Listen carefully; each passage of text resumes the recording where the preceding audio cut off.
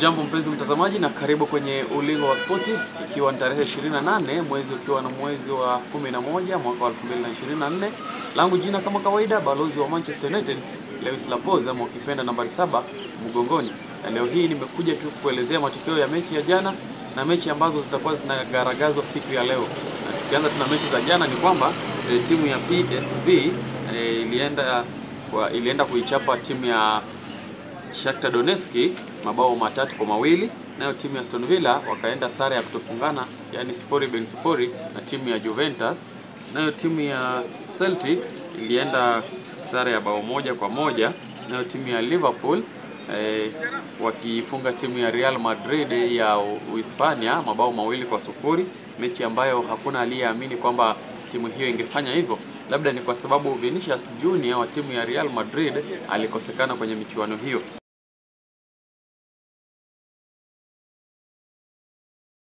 Kwingineko ni kwamba timu ya Benfica waliichapa timu ya Monaco wakiwa ugenini mabao 3-2. Mpenzi mtazamaji, tukisonga kwenye mechi za leo ni kwamba timu ya Tottenham Hotspur ya Uingereza itakuwa inamenyana na timu ya AC Roma.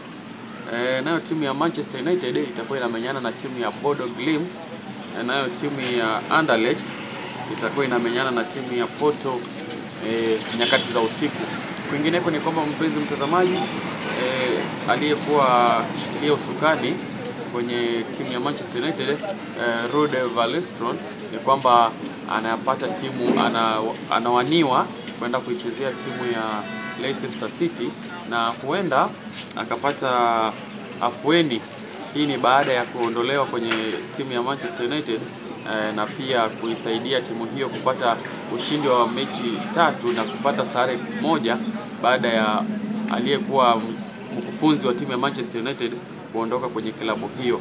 Ni hayo tu mpenzi mtazamaji kwa sasa. Naomba tukutane baadaye kwenye mengi zaidi, lakini kabla niondoke ningependa nielezee kwamba kwenye timu ya Arsenal goalkeeper nambari 1 kwa sasa hivi anaitwa nani? Kwenye comment section tupatane pale. Nimekuwa balozi wa Manchester United Lewis Lapoza.